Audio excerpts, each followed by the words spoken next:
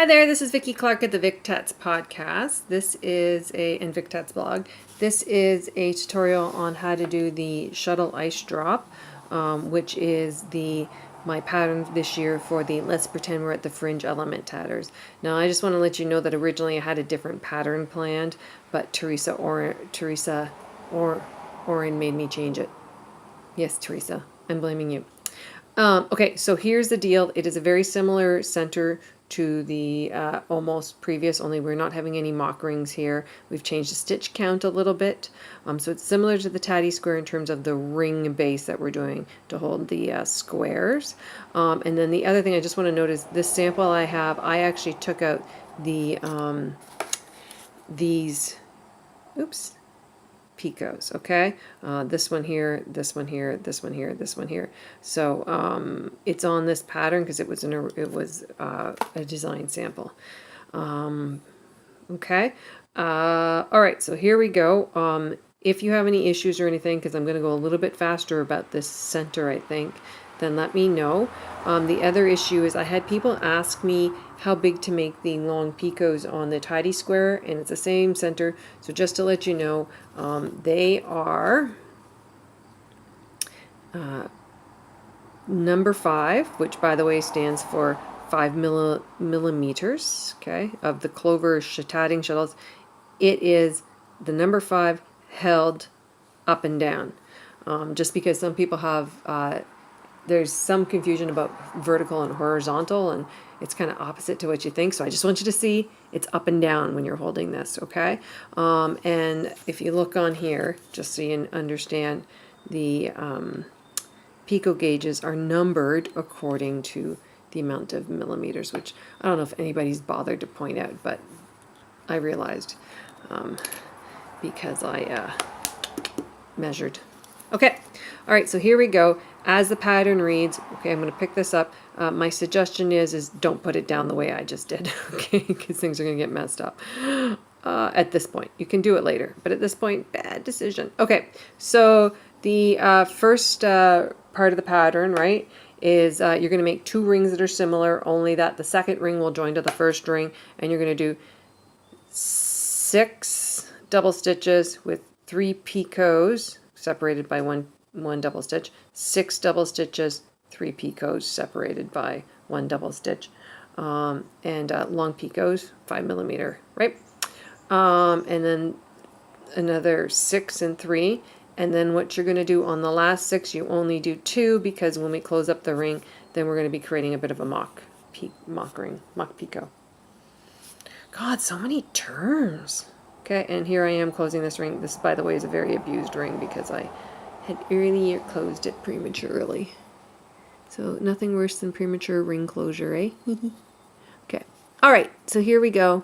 So now this is my rather bumpy and unpretty ring, but anyways. So, oops, sorry, and I'm off the thing. Okay, so here it is. Okay. There it is, and turns out purple's not really a great color for a stitch definition. Those are my dogs. Please ignore them. Okay, so I'm going to leave my space about the same length as the picots, which would be then 5 millimeters, okay, or half a centimeter if you prefer to describe it that way. I know you... Okay, all right, so then I start making my ring. And I'm going to start off immediately because I'm going kind of the opposite direction now. At this point in time, please don't put it down. You're going to have a hard time if you put it down.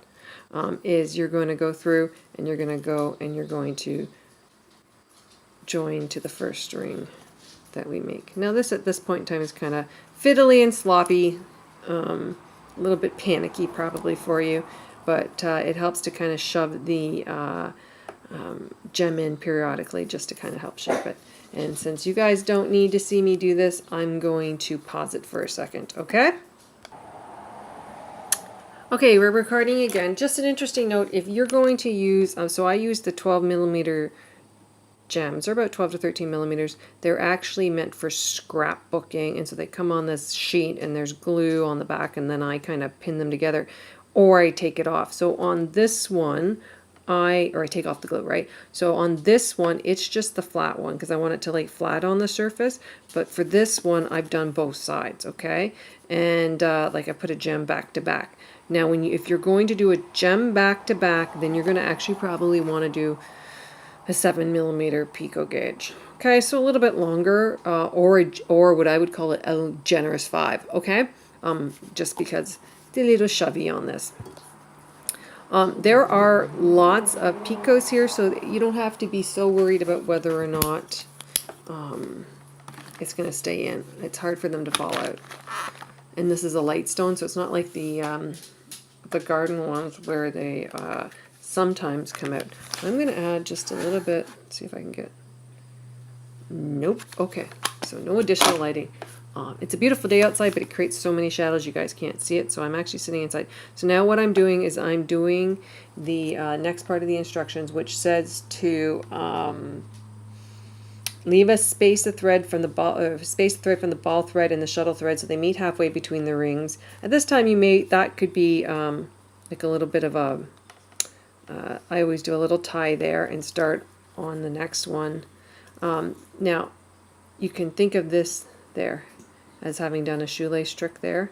You won't get a close-up of that, but the thing is that I find it slippy anyway, so I just often will just use a normal stitch and then just kind of hold it in place in this situation, not in most situations. Okay, so on round 1, what we have is a picture of a square, okay? Now I want you to, when you go to round 3, that square will turn and we'll go over that, okay? But on the side here, when we're looking at this, we've got a whole bunch of the 3 groupings of picots here. So we've got 1, 2, 3, and we will only ever, just like the Tatday square, we will only ever join to picots 1 or picots 3, okay? The one in the middle can do its thing. So here we're going, I counted that first stitch, 1, 2, so we're at 3 and 4. Okay, so we've got 4 stitches. Okay, and then we are going to join into right. Okay, I'm not really happy with. Whoa, there we go. Okay, so let's not move anything. Okay, so that was a little tight, like I said, about I had just mentioned earlier. So then I'm going to take a little pick under them, kind of pry them up a little bit. Okay, so there's my pick. Pried those guys up. A little gentle persuasion never hurts. Okay.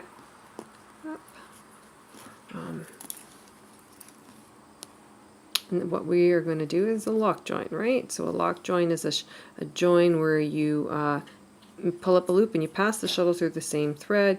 It's almost always on the shuttle, but there are, as you've probably found out, exceptions to the rules. So in which case we, try to tell you that. Okay, so here we are. There's those 4 stitches. Okay, so 4 stitches lock join. So now the difference between this and the Tatday square pattern is right here, because we're going to do 4 picot 4. Okay.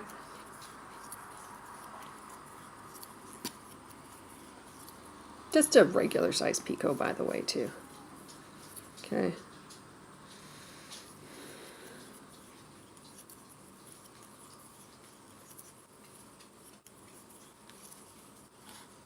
Okay, so 4 picot 4, and then we're coming around that corner, and we're going to go to the first of the set of 3 picots. And once again, it's tight because I used 2 stones tied back together, and originally I was only planning on using 1, so they're all a little tight. So like I said, a little gentle persuasion never hurts.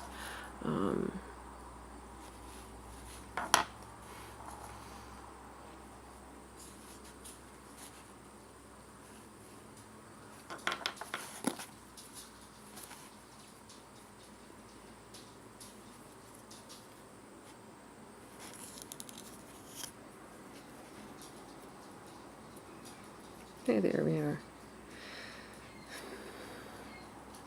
Okay, and we're coming around the corner, and we will go all the way around that way, okay? So 4 lock join to the 3rd picot, 4 picot, 4 lock join to the first picot. And when I'm saying lock join to the first picot, the third picot, I mean on the rings. Okay? All right, I'm going to pause again. Okay, so here we are. This is the end of round 1. Okay, you've come around, you've done your 4 double stitches, lock join, 4 picot, 4 lock join. And remember, you're doing the lock joins to either the first or the last picots, right? As you come around, we end up back at the beginning. Now, here's the part that might be confusing, so I'm going to just kind of go through. Oh, that's not going to work for me. Go through it a little bit. What we're going to do from here, right, to the next part of the diagram is you're going to shift yourself around like this, okay? So now we're going to look at this like on a diamond, okay, on the diagonal. And when we start around, what you want to do is pay attention to where the rings join into the center. Because what will happen as we go around is this one will be a split ring, okay? So we will join here, okay? Then we're going to come around, we're going to join here, okay? Come around, do a chain with a mock ring, come back around to the same point with a ring, okay? So these are rings. Come around all the way to here, oops, okay, right here, okay? And because this was a split ring, this is actually the first place where you're actually, oop, not even on the right spot. Let's get into the right spot. Where you're actually going to join to the space that is formed above a lock join, okay? All right? Except that's not the right one. It's right here, okay? Right here, okay? So, as we go through, there will be a split ring here, okay? Then you're going to chain 12, and you're going to do a ring join to this picot. Then you're going to chain 4, make a self-closing mock ring of 4 picot 4, chain back 4, make a ring of 4, join 4, and then you're going to chain 12, and you're going to make a ring of 4, join to the space above the lock join here. Okay, see that space there? Okay, and you're going to do that on either side here and here. Okay, alrighty, and then I'm gonna work around to that, and then we'll come back. Okay, all right. Okay, hey there, I'm back. Okay, so what have we done? Okay, what have we done? All right. So with the pattern, oh, this is all snake-lead. Oh, okay. With the pattern, the next section. So as I've said before, we've gone from the picture, the diagram being square to the diagram being diagonal, okay? And what will happen is you are going to make a split ring out from here, okay? Chain 12, make a ring, do a regular join, okay, of 4-4, then chain 4, make a mock ring of 4-4, a self-closing mock ring, then come in and make do 4, and then make a ring of 4, join 4. And again, all these rings are joining with a regular join. Then you're going to come around with 12, okay, and here we have, you come around with 12, and you're going to do a ring where you're joining to a lock join, to a space above the lock joint. And what you're going to do is imagine that this is your center, this is your center. So you're just going to do on either side of the center when you do it. Because I don't want you to make a mistake and go over here. You want to do it here, okay? I'm not very specific because it gets incredibly confusing. So the best way to do it is to just let you refer to the picture in the diagram. Okay, and then you'll come around and you'll do 13, okay? I know, how much of a difference does one stitch make? Well, apparently here I think it's different. It's a difference. And then make a ring of 4-4. Now at this point in time, the reason I've stopped here is because I want you to repeat. But what I want you to do is I want you to go through that first time to ring 4, which is this guy right here, right? 1, 2, 3, 4. This was a split ring, so it doesn't count. And then you're going to go back up to chain 1, because we're not going to do the split ring again, and you're going to repeat from chain 1 through to chain 5, okay? And that will take you back around to here, okay? To the beginning, you're going to tie and you're going to cut, and then you'll end up with something that looks somewhat like this without these extra little picots in the center, okay? And again, the important things to remember is that when you are making the first 2 rings, don't put it down till you got your little gem in there. And if you want to have back-to-back gems or a fatter gem in there, then you'll probably need to make, oops, hold on. You'll probably need to make a, you will need to make the picots so that they're 7 millimeters, okay, versus 5 millimeters, okay? Alrighty, you kind of can see the difference there. And that's part of the reason on this one I had to kind of shove things in a little bit. This is ring. It won't be the end of the world, but the ring just won't be as robust, okay? As usual, if you have any questions or anything, you can always text me or email me. Sorry, I would email me or Facebook me, and we'll see if we can get it resolved out. Okay, take care and happy tatting. Bye-bye.